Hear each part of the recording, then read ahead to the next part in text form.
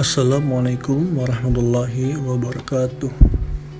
Kami dari kelompok 7 ingin menyampaikan beberapa hal materi dari Islam dan Tasawuf dalam mata kuliah Pendidikan Agama Islam dengan dosen pengampu Dr. Miftah Waqsada Nureja, SPDI, MPDI. Kelompok 7 terdiri dari Luki alias Syahwijaya dan Teguh Alif Syarafakli. Yang pertama, apa itu tasawuf? Tasawuf atau sufisme adalah ilmu untuk mengetahui bagaimana cara menyucikan jiwa, menjernihkan akhlak, membangun dohir dan batin, serta untuk memperoleh kebahagiaan yang abadi. Lalu bagaimana pandangan umat Islam terhadap tasawuf? Mengenai asal-usul perkataan tasawuf, para ahli berbeda pendapat. Di antara pendapat yang banyak itu, ada satu pendapat yang sering ditulis dalam buku-buku mengenai tasawuf di Indonesia. Pendapat itu mengatakan tasawuf berasal dari kata suf, artinya bulu domba kasar. Disebut demikian karena orang-orang yang memakai pakaian itu, mereka memakai pakaian yang terbuat dari bulu binatang sebagai lambang kesederhanaan dan kemiskinan, berlawanan dengan pakaian yang terbuat dari sutra yang biasa dipakai oleh orang-orang kaya. Banyak juga definisi yang diberikan untuk merumuskan makna yang terkandung oleh perkataan tasawuf itu. Menurut Anna Marie Schimmel, sejarah dan pengajar tasawuf pada Universitas Harvard, Amerika Serikat, sulit mendefinisikan perkataan tasawuf secara lengkap, karena orang hanya dapat menyentuh salah satu sudutnya saja, seperti definisi tasawuf yang telah disebut dalam kerangkaan dasar ajaran Islam di atas. Oleh karena itu, At-Taftazani, seorang pengamat atau peneliti tasawuf, tidak merumuskan definisi tasawuf. Dalam bukunya, Mengantar Tasawuf ke Islam, ia hanya menyebut sifat khas tasawuf. Menurut At-Taftazani, tasawuf mempunyai 5 ciri, yaitu memiliki nilai-nilai moral, pemenuhan fana dalam realitas mutlak, pengetahuan intuitif langsung, timbulnya rasa kebahagiaan sebagai karunia Allah dalam diri sufi karena tercapainya pemakomat atau beberapa tingkatan perhentian dalam perjalanan sufi menuju atau mendekati Tuhan. Dan yang terakhir, penggunaan lambang-lambang pengungkapan perasaan yang biasanya mengandung pengertian harfiah dan tersirat. Tasawuf atau sufisme juga memiliki banyak pengertian sesuai dengan asal-usul. Kata tersebut antara lain, yang pertama ada sofa atau suci, disebut sofa karena kesucian batin sufi dan kebersihan tindakannya. Yang kedua sof atau barisan, karena para sufi memiliki iman yang kuat, jiwa yang bersih, dan senantiasa memiliki barisan terdepan dalam sholat berjamaah.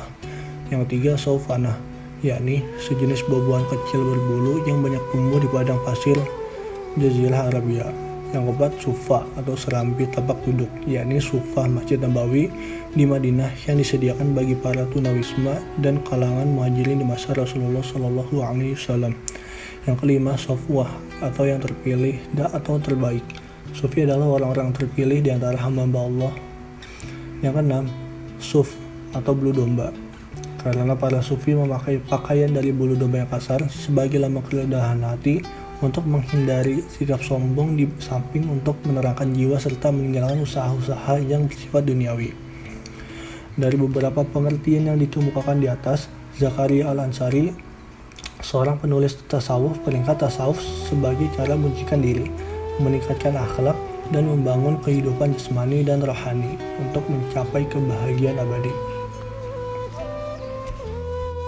Sumber-sumber tasawuf, yaitu Allah Subhanahu wa Ta'ala.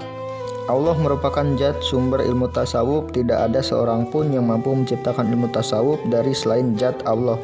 Namun Allah mengajarkan secercah ilmunya kepada para sufi lewat hidayah atau ilham, baik langsung maupun dengan perantara lain selain Allah yang Allah kehendaki. Selanjutnya, Rasulullah Shallallahu Alaihi Wasallam, Rasul merupakan sumber kedua setelah Allah bagi sufi dalam mendalami dan pengembangan ilmunya. Karena hanya kepada Rasul sajalah Allah menitipkan wahyunya. Tentulah Rasul pula yang lebih banyak tahu tentang sesuatu yang tersirat di balik yang tersurat dalam Al-Quran. Selanjutnya, pengalaman sahabat. Setelah merujuk pada referensi Al-Quran dan hadis, referensi selanjutnya bagi aktivitas tasawuf adalah pengetahuan dan tindakan para pengikut setia Nabi Muhammad Shallallahu Alaihi Wasallam. Yang selanjutnya ijma sufi. Ijma sufi atau kesepakatan para ulama tasawuf merupakan esensi yang sangat penting dalam ilmu tasawuf. Karenanya mereka dijadikan sebagai sumber yang ketiga dalam ilmu tasawuf setelah Al-Quran dan hadis. Selanjutnya istihad sufi. Dalam kesendiriannya, para sufi banyak menghadapi pengalaman aneh. Pengalaman itu merupakan guru terbaik, namun Allah memberi akal untuk berpikir semaksimal mungkin agar mungkin sebagai alat pembeda antara kepositifan dan kenegatifan dalam pengalaman. Selanjutnya kias sufi. Kias merupakan penghantar sufi dapat beristihad secara mandiri jika sedang terpisah dari jamaahnya. Selanjutnya nurani sufi. Setiap sufi positif memiliki nurani yang tajam di hatinya. Ada yang menyebutnya dengan istilah firasat, rasa, radar batin dan sebagainya. Merupakan anugerah Allah terhadap kaum sufi bias dari keikhlasan, kesabaran dan ketawakalannya dalam beribadah kepada Allah tanpa kenal lelah. Selanjutnya amalan sufi. Kaum sufi memegang teguh tradisi rahasia menyembunyikan nurani dan amalinya, karena jika dua hal tersebut diketahui umum dapat menimbulkan kesalahpahaman. Hal ini disebabkan dimensi tarikat atau perjalanan sufi merupakan dimensi batin atau rohani jiwa, suatu esensi tersembunyi gaib yang tidak semua orang mampu menjalaninya. Namun para sufi amat merindukannya disebabkan semata karena cinta kepadanya. Pembagian ilmu tasawuf. Yang pertama, tasawuf falsafi. Tasawuf falsafi yaitu tasawuf yang menekankan pada masalah-masalah pemikiran mendalam atau metafisik. Dalam upaya mengungkapkan pengalaman rohaninya, para sufi falsafi sering menggunakan ungkapan-ungkapan yang samar-samar yang dikenal dengan satahat, yaitu suatu ungkapan yang sulit dipahami yang sering mengakibatkan kesalahpahaman. Tasawuf falsafi dibagi menjadi tiga, yaitu hulul. Hulul merupakan salah satu konsep di dalam tasawuf falsafi yang meyakini terjadinya kesatuan antara kholik dengan makhluk. Selanjutnya wahdah al-wujud. Istilah wahdah al-wujud adalah paham yang mengatakan bahwa manusia dapat bersatu padu dengan Tuhan, akan tetapi Tuhan di sini bukanlah zat yang Tuhan sesungguhnya, melainkan sifat-sifat Tuhan yang memancar pada manusia ketika manusia sudah melakukan proses fana. Selanjutnya ittihad. Pembawa paham ittihad adalah Abu Yazid Al-Bustami. Menurutnya manusia adalah pancaran nur ilahi. Oleh karena itu manusia hilang kesadarannya sebagai manusia, maka pada dasarnya ia telah menemukan asal mula yang sebenarnya, yaitu nur ilahi, atau dengan kata lain ia menyatu dengan Tuhan. Yang kedua, tasawuf akhlaki. Tasawuf akhlaki adalah tasawuf yang sangat menekankan nilai-nilai etis atau moral, atau tasawuf yang berkonsentrasi pada perbaikan akhlak. Tasawuf ini dibagi menjadi tiga, yaitu tahlaki. Tahlaki adalah usaha mengosongkan diri dari perilaku dan akhlak tercela. Terus selanjutnya tahali. Tahali adalah upaya mengisi dan menghiasi diri dengan jalan membiasakan diri dengan sikap, perilaku, dan akhlak terpuji. Selanjutnya tajali. Kata tajali bermakna terungkap nur gaib, agar hasil yang telah diperoleh jiwa telah membiasakan melakukan perbuatan-perbuatan yang luhur, maka rasa ketuhanan perlu dihayati lebih lanjut. Yang ketiga, tasawuf irfani. Tasawuf irfani adalah tasawuf yang berusaha menyikap hakikat kebenaran atau ma'rifah diperoleh dengan tidak melalui logika atau pembelajaran atau pemikiran, tetapi melalui pemberian Allah mauhibah. Sebagai sebuah ilmu, irfan memiliki dua aspek, yakni aspek praktis dan aspek teoritis. Aspek praktis adalah bagian yang menjelaskan hubungan dan pertanggungjawaban manusia terhadap dirinya, dunia, dan Tuhan. Sementara itu, irfan teoritis memfokuskan perhatiannya pada masalah wujud, ontologi, mendiskusikan manusia, Tuhan, serta alam semesta.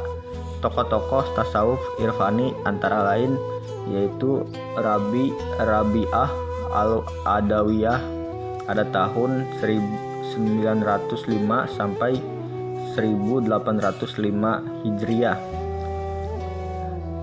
Yang kedua, Ju'annun al-Misri pada tahun 180 sampai 246 Hijriah. Abu Yazid al-Bustami 874 sampai 947 Masehi. Abu Mansur al-Halaj 855 sampai 922 Masehi. Stasiun dalam tasawuf.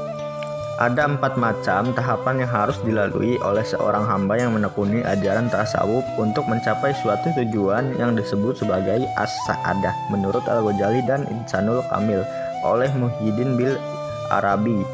Keempat tahapan itu adalah syariat, tarikat, hakikat, dan ma'rifat. Yang pertama, syariat. Syariat adalah hukum-hukum yang telah diturunkan oleh Allah Subhanahu wa Ta'ala kepada Rasulullah Shallallahu Alaihi Wasallam yang telah ditetapkan oleh ulama melalui sumber nas Al-Quran maupun As-Sunnah atau dengan cara istibaat, yaitu hukum-hukum yang telah diterangkan dalam ilmu tauhid, ilmu fikih, dan ilmu tasawuf. 2. Tarekat. Tarekat adalah pengalaman syariat, melaksanakan beban ibadah yang tekun dan menjauhkan diri dari sikap mempermudah ibadah yang sebenarnya memang tidak boleh dipermudah atau diremehkan. Yang 3. Hakikat. Hakikat adalah suasana kejiwaan seorang salik atau sufi ketika ia mencapai tujuan sehingga ia dapat menyaksikan tanda-tanda ketuhanan dengan mata hatinya. Yang keempat, ma'rifat. Ma'rifat adalah hadirnya kebenaran Allah Subhanahu wa Ta'ala pada seorang sufi dalam keadaan hatinya selalu berhubungan dengan nur ilahi. Ma'rifat membuat ketenangan dalam hati sebagaimana ilmu pengetahuan membuat ketenangan dalam akal pikirannya. Istilah tasawuf. Yang pertama, al-maqamat. Definisi al-maqamat secara etimologis adalah bentuk jamak dari kata maqam yang berarti kedudukan spiritual atau dalam bahasa Inggris station. Maqam arti dasarnya adalah tempat berdiri. Dalam terminologi sufistik berarti tempat atau martabat seseorang hamba di hadapan Allah pada saat dia berdiri menghadap kepadanya. Tingkatan al-maqamat antara lain Taubah. Secara literal, taubat berarti kembali. Dalam perspektif tasawuf, taubat berarti kembali dari perbuatan-perbuatan yang menyimpang, berjanji untuk tidak mengulanginya lagi dan kembali kepada Allah Subhanahu wa Ta'ala.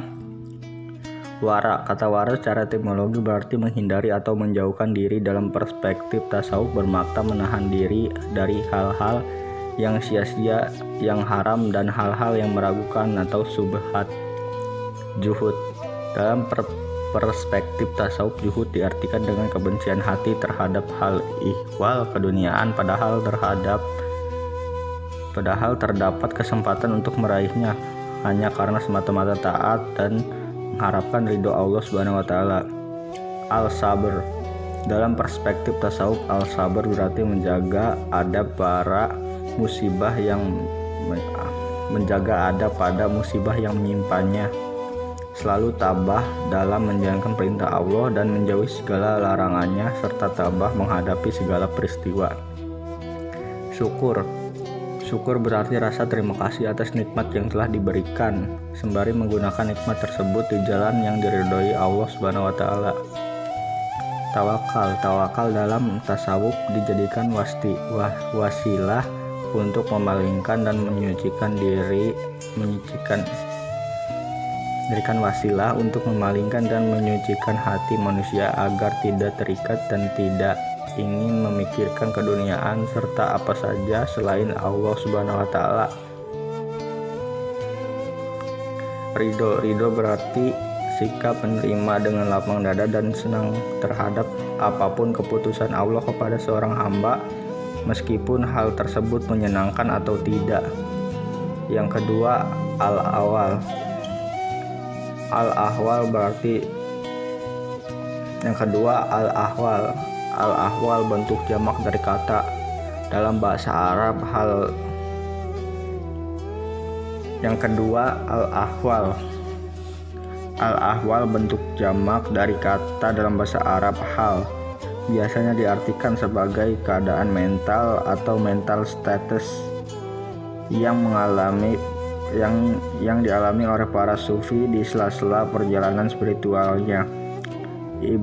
Ibn Arabi menyebutnya sebagai setiap sifat yang dimiliki seorang salik pada suatu waktu dan tidak pada waktu yang lain, seperti kemabukan dan fana.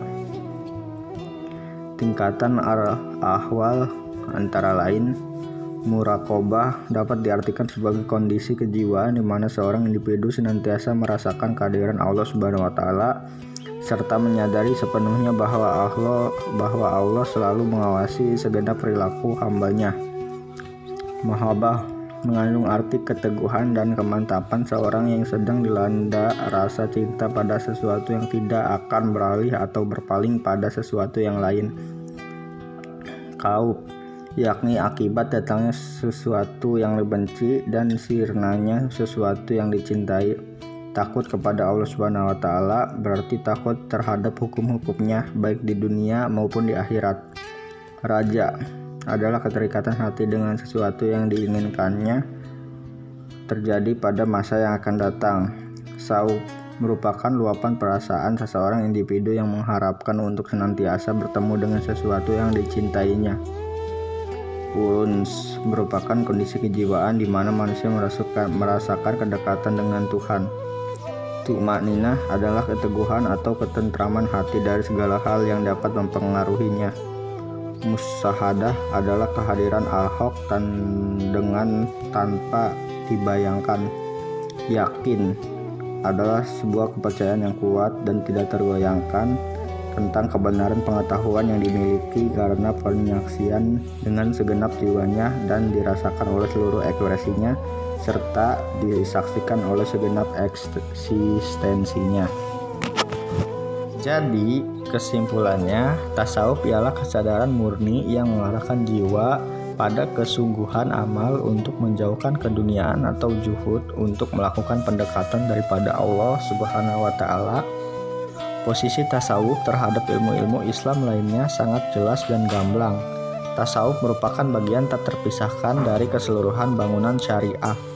Bahkan ia merupakan ruh atau hakikat atau inti dari syariah.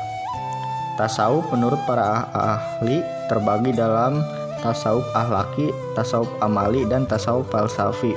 Tasawuf ahlaki mempunyai tahap sistem pembinaan akhlak yakni tahlali, tajali, dan tahali.